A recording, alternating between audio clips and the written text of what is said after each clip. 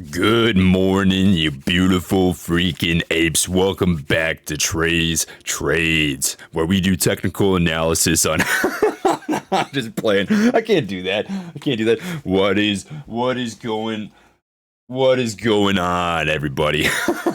What is up, everybody? Welcome to Trades. We have technical analysis on different stocks in the stock market, as well as potential buy, hold, or sell opinions on these given stocks. I'd like to preface by saying that I'm not a financial advisor nor expert, so take what I say with a grain of salt. Let's get into the video. So today, we're going to give you an update on ticker symbol AMC, baby. We're going to go over a couple of different numbers, and I don't have any massive theories that I want to talk about. I'm not going to dig into any news. I just want to give you some plain old meat potato technical analysis and go over some freaking numbers, because I haven't done that here in a minute on AMC, and I want to give you guys an update on where we're sitting, because we're actually sitting pretty freaking decent right now. So this is gonna be a fun video to talk about, even though we were red on the day for AMC. So we're gonna start off by going over some information that is available on different news sources and data sources that I have available to me on the internet browser, and then we're gonna finish up the video by talking about the technical analysis, and I'm gonna give you the rundown on every single indicator that I use and some different numbers that I'm crunching to give you the idea of where we're sitting right now. So with that being said, I want to preface by saying that I'm not a financial advisor. This is not financial advice. Please take what I say with a grain of salt. Let's get into the freaking video.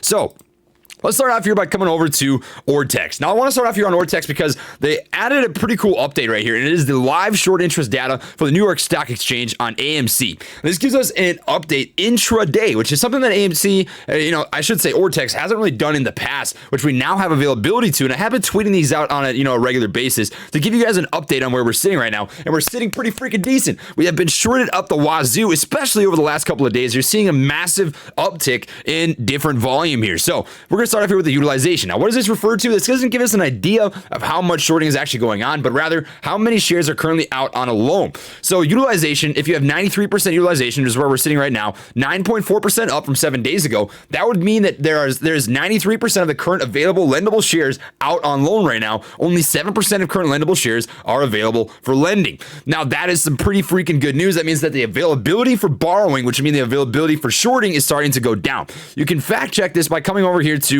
Webull, and they don't even have a short button on AMC right now. Whereas if you were to go to other stocks, right, such as JAN, CTRM, Discovery, that might be a hard to borrow stock. AC you can short, FTFT you can short, right? Webull doesn't allow or support naked shorting or shorting with shares that don't actually physically exist or shorting with synthetic shares, which means that this is a hard to borrow stock, HTB stock.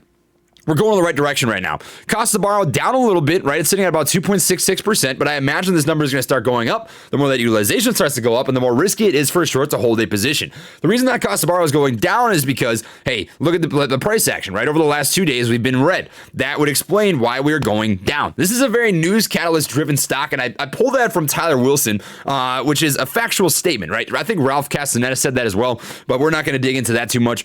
Either way, this is a news catalyst-driven stock, so whenever good news comes out, you typically see a nice little push in volume, which we did have right here. Not a lot of news coming out the last 2 days, pretty flat and downward trending price action. This is going to decrease that cost to borrow, so nothing crazy going on here. This is an annualized interest rate that is accrued on whatever your short position is on the stock. Days to cover also going up, 0.73. Now, this is not saying that shorts have to cover in this specific amount of time, right? That would refer to, more along the lines of a put, which would expire. Shorts can essentially be lent out for an infinite amount of time as long as they have the liquidity and the collateral to match their investment, and they're not in danger of getting a margin call, which I do imagine is coming down the road here relatively soon. But nonetheless, I consider anything over 1 to be a significant days to cover number, and we are starting to creep up towards that 1 number, which would mean that it is more difficult for shorts to come out profitable on a short position. That is an increase of about 10% over the last 7 days. This is the big one, the huge one, baby. The shares on loan has gone up 11% over the last 7 days, which is freaking pow, pow, pow, pow, ka-chicka, Tendy Town, baby. That's money.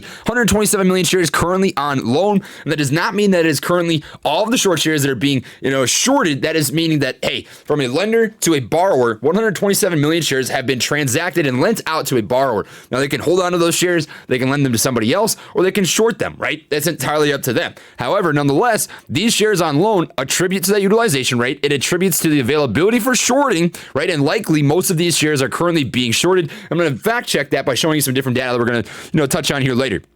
Free float on loan, 31%, also going up about 11% over the last 7 days. And that is pretty significant information. And then lastly, the current short interest percentage of free float sitting at 20% according to Ortex. And this is not taking into consideration naked shorting, right? Shorting that does not, account for shares that shouldn't actually exist or ETF shorts. So if there are ETFs that hold AMC and you short that ETF, it does not account for that either. This is solely and strictly focused on the actual AMC security and stock. So I imagine that number is actually quite a bit higher than 20%, but that is what is available to us according to Ortex. And we do see that there have been more borrowed shares than there have been returned shares.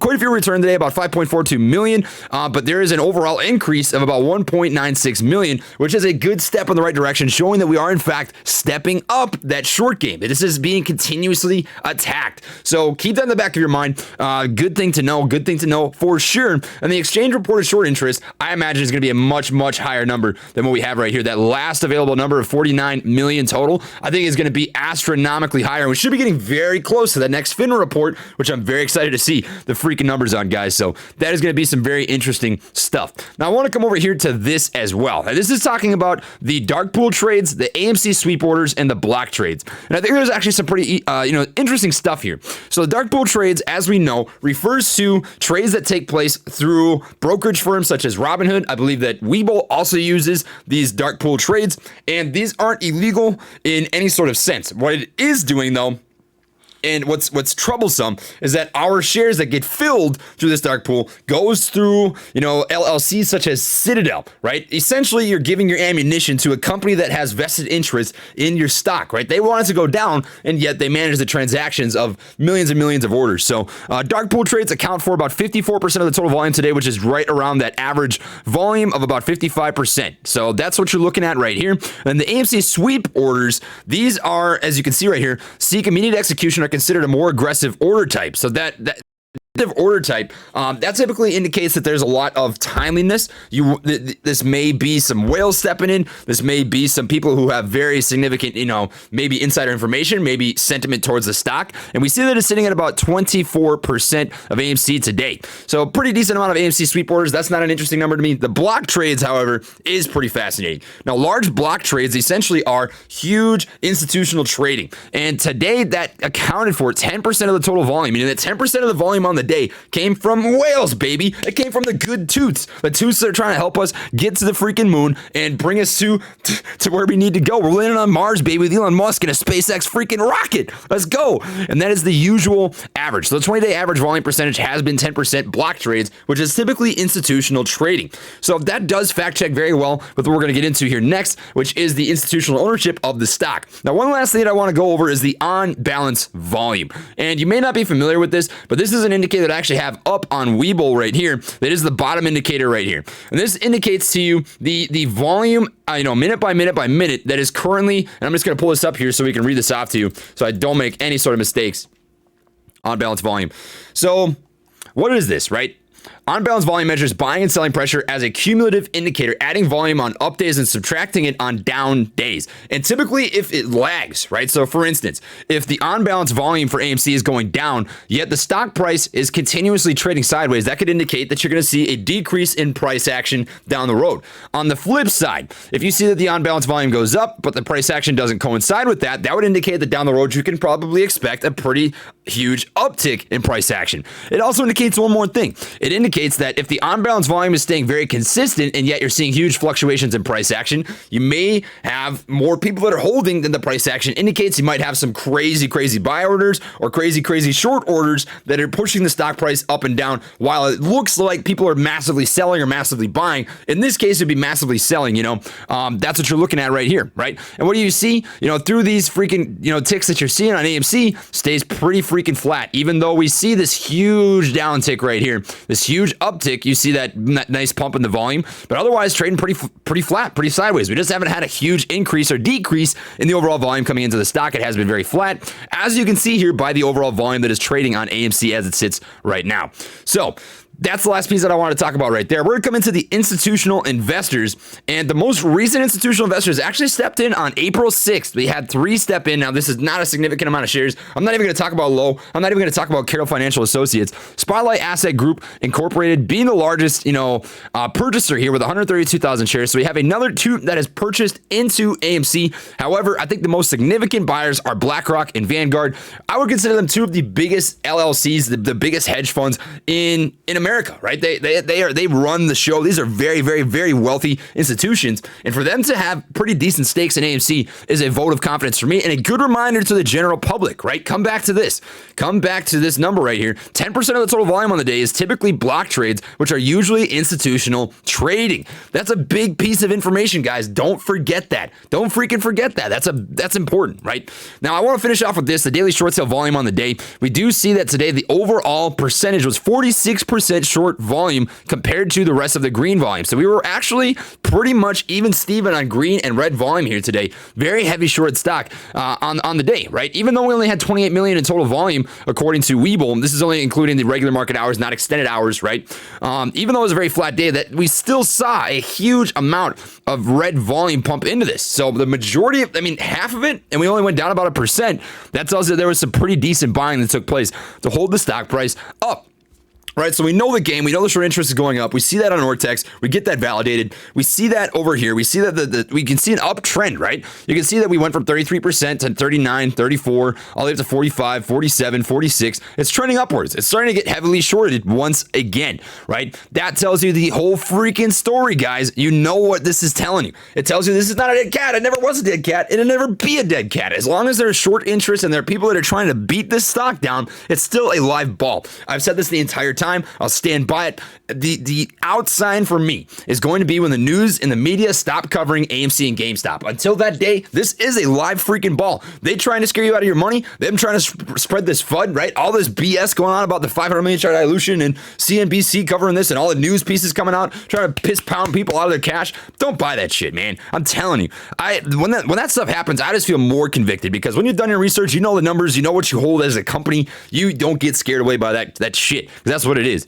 So we're sitting in a pretty good spot, right? We know what's happening. We know the numbers. We know this is being heavily shorted. We know the institutional buyers are stepping up their game. We know it is flat right now. And that's why I want to come into the technical analysis to give us a reminder of what it's actually going to take to see a squeeze. Because to be frank, we're just not there yet. We have the setup. The setup is there, but we don't have the catalyst to push the boulder down the hill. That's what we're waiting on right now, is that big freaking bulldozer to get that ball rolling. So with that being said, we're going to look at the technical analysis. I've got a couple different indicators pulled up. The 2 that I really mainly focus on is the 200 EMA, this purple trend line down here. That is the exponential moving average. This is the price action based valuation trend line over a 200-day moving period. And then the 15-day MA is this blue trend line, and this is the 15-day moving average. This is a price action based valuation trend line over a 15-day moving period. These are lagging indicators, meaning that they don't predict upcoming price action. However, based on trends, you can use these to get an idea of what you could be expecting down the road. So we're going to start off here with the daily candles, right? What are we seeing here on the daily candles? And most importantly, what I like to focus on is volume and these 2 indicators, right? So what are we seeing? We see that this 15 EMA is starting to hook back in towards that 200 EMA, which indicates that you've got a little bit of selling pressure. And this is validated, right? We're trading between a very, very tight price zone. You have these 2 lows, high close candlestick pattern right here, which is typically a bullish reversal sign that has been stomped on by these bears that continuously short the stock, right? Trading between this really tight price zone, and we're going to show you this on the 1-month chart, but we actually have an ascending level of support that is indicating to us that there's a little bit of a squeeze down in price action that I'm expecting a pretty hard move on within the next couple of days. We're going to touch on that here down the road. But anywho, this 15-day MA starting to hook in towards that 200 EMA usually indicates a little bit of a decreasement in volatility. Now, anytime you have those 2 indicators hooking in like this towards each other, decreasement in volatility is usually the answer. So a little bit of trading sideways, bouncing back and forth between support and resistance. And when they hook away from each other, you can usually expect an increase in volatility, right? So back here, for instance, you see that 15-day MA start to hook up. Even though you have a down day on the day that starts hooking up, what follows over the next week is this increasement in volatility. It starts to move very hard, right? Now we have the exact opposite. It's starting to hook down. Now you can use, an example right here, hooking down, decreasement in volatility for those next following 3 days. Now, this is on a daily candle. Once you start to change that time frame down to the 1 month, the 3 month, it is more direct towards your certain specific timestamp, right? So that's what you're looking at right here. We got this really critical level of support and resistance between 906 as support and resistance at about 1092. If we get a push over 1092, that's a significant level that will likely bring us back up to about $14. And I've said this every single time. We get a push over $14, and I'm telling you, $20 is going to be the next zone that we were looking at, and I really do stand by that and mean it. Right? There's a huge gap in price action between this level of resistance, the tippy top of this freaking mountain right here at $14.50 and $20. And guys, I'm telling you, you don't sweat pennies when you're making millions, right? So don't sweat these micro fluctuations. I'm not sweating over a drop of a percent. I'm not even getting excited over a 10% gain, right? Once it starts rocking 50, 60, 70, 80% days, we're gaining momentum. You're going to get that volume back because that's really what we're lacking right now. Look at this, right? This day that we saw all this volatility, 1.2 billion in volume, and at the time we had like 250 million shares outstanding. And that would mean that if there are no naked shorts, there are no synthetic shares circulating in the market, that you have the entire market availability, the entire free float circulate 4 or 5 times, right? So we need that sort of volume and volatility to get the stock moving again, and we just don't have it right now, right? It's still trading sideways. We got some people that are waiting, I think, for the next big move, right? We're kind of doing that consolidation zone right now. Not a lot of exciting stuff happening. It's crazy. It doesn't make sense, but it's a fact that people always, this is human nature, people buy on the way up and people sell on the way down, right? It makes no sense, but people are greedy. They think backwards. They think, oh man, this is going down. I better sell. Oh man, this is going up. FOMO. I don't want to miss out, right? That's the general public, and that's what you're waiting on right here. So we're beating the game. We're waiting this out. We're buying it when it's going up, when it's going down. I make buys when it goes up and when it goes down, right? I made purchases at $11. I made purchases at $8. I made purchases at $5. I bought $14, you know? That's why my dollar cost average is 10.09, because I'm not sweating a 50 cent or $1 difference in cost average when eventually we're expecting this to go to 100, 1,000, 1,500, 2,000, whatever the number ends up being, right? So just keep that in the back of your mind. Don't sweat these micro fluctuations because we're sitting in a pretty good zone right now, right? We've got an ascending level of support right here. I mean, if you look at this on the daily candles, you've got ascending support, 1, 2, 3 different touch points. We're setting higher lows. We're setting higher highs, right? A little bit of a head and shoulders pattern, but nonetheless, it's on an ascending level of support, which is a good thing. That means we are slowly making progress. Keep a macroscopic perspective with this, right? The longer that we play this out, the more this is in bullish territory. Time in the market is your friend. It really, truly is. So don't stress out about these day-to-day micro fluctuations. Looking at this on the 3-month chart, we're just going to come over here and I'm going to clear this off. Actually, I'm not going to clear this off because I don't want to get rid of my beautiful little art that I've got going on here. But anywho, I stand by those support and resistance levels. I think there's a 2 major support and resistance at 906 and 1081, right? You can see that we've got a double bottom right here, and then you've got a double top, right? So this is a pretty respected level of support. The more touch points you have, the more relevant and respected that level is. So I always look for at least 3. You in fact get them. We got 1, 2 candlewick touches, 3, 4, 5, 6, 7, 8, 9, 10, 11, 12, 13, 14, right? You can see that's a significant level. On the flip side, we've got a triple top right here. 1, 2, 3, 4. So after we get a hard break over this quadruple top at 1081, it should come with a pretty hard move. Now, we've had a couple of false breakouts right here. These are what I would call bull traps, right? So what is a bull trap? You've got a candle wick indicating that we may have a level of resistance, and then a candle wick that breaks above but does not close above that respected level of resistance, which is typically a false breakout or a bull trap. So that's happened a couple times now. We saw it happen here. We saw it happen, kind of here. Not quite. It just wasn't on a lot of strong buying pressure, but this is a picture perfect bull trap, which we actually called out right before it happened. I said, don't be surprised if this happens, and it did. But nonetheless, we're just waiting for that hard break over $10.81, $11, and I'm telling you, we get an hour candle that opens and closes above that level. You're gonna be sitting pretty dang decent. So I'm really not stressing right now. I feel really good about where we're sitting. And lastly, the big thing that I want to talk about is this, right? So you've got an ascending level of support. You've got this right here, 1, 2, 3, 4, 5 touch points, and within the next 1, 2, 3, 4 trading days, it's either A, going to break this ascending level of support, or B, break above this lateral level of resistance. Given the overall trend, given the fact that you have these higher lows and higher highs being set, I would expect more often than not that you'd break that level of resistance. However, we do have a little bit of a downside here. We have that 15 MA hooking away from that 200 EMA, which on a microscopic time frame typically indicates an upcoming increasement in volatility. Now, if there was to be some sort of huge news catalyst that came out, that would trump the overall technical analysis. I've always said that and always will, so keep that in the back of your mind. But nonetheless, that's what you're looking at right now in terms of where AMC is sitting on the day. So we want to get that 15 MA to hook back up towards that 200 EMA. We want that on-balance volume to start going more green. We're sitting at negative 2.28 billion right now, so you can see this is very, very heavily shorted. You got a weak ape over here asking for $60 as if that's as high as it's going to go. But that's what you're looking at right now, my friends. I mean, honestly, keep a macroscopic picture. We're not sitting in a bad spot. We've got a lot of good things going. We see this is heavily shorted. We see that we're making progress. You got to keep that macroscopic picture, keep that confidence, keep the conviction in the stock, and that is what I've got for the video today. If you enjoyed it, please drop a like. It really does help support the channel, and consider subscribing if you'd like to see more content like this. Lastly, I'm going to fill a link in the description box down below for Webull. This is version 4 for the desktop. Great platform that allows you to start trading at 3 a.m. the pre-market Central Standard Time. Use my link, you get 2 free stocks with a $100 deposit. I'll receive a free stock. Great to support the channel, my friends, and if you're not interested, that is totally fine. I just appreciate your support by taking the time to watch my videos. I also have a link to the merch store if you want to check that out. We've got some really cool t-shirts, hoodies, mugs, the whole 9 yards, whatever you want to pick up, feel free to do so. And a link to the Discord. $5 a month for the Patreon. Great community of investors. We've got a new AI stock bot that I actually pay about $300 a month for, which gives you awesome options and futures, news catalysts, updates on a lot of really good stuff. So you want to check that out, and a great community of investors, feel free to do so. And that's what I've got for you guys today. So thank you for watching the video, my friends, my family, Gorilla Gang, my fellow apes. Catch you all in the next one. Take it easy, my friends, and peace.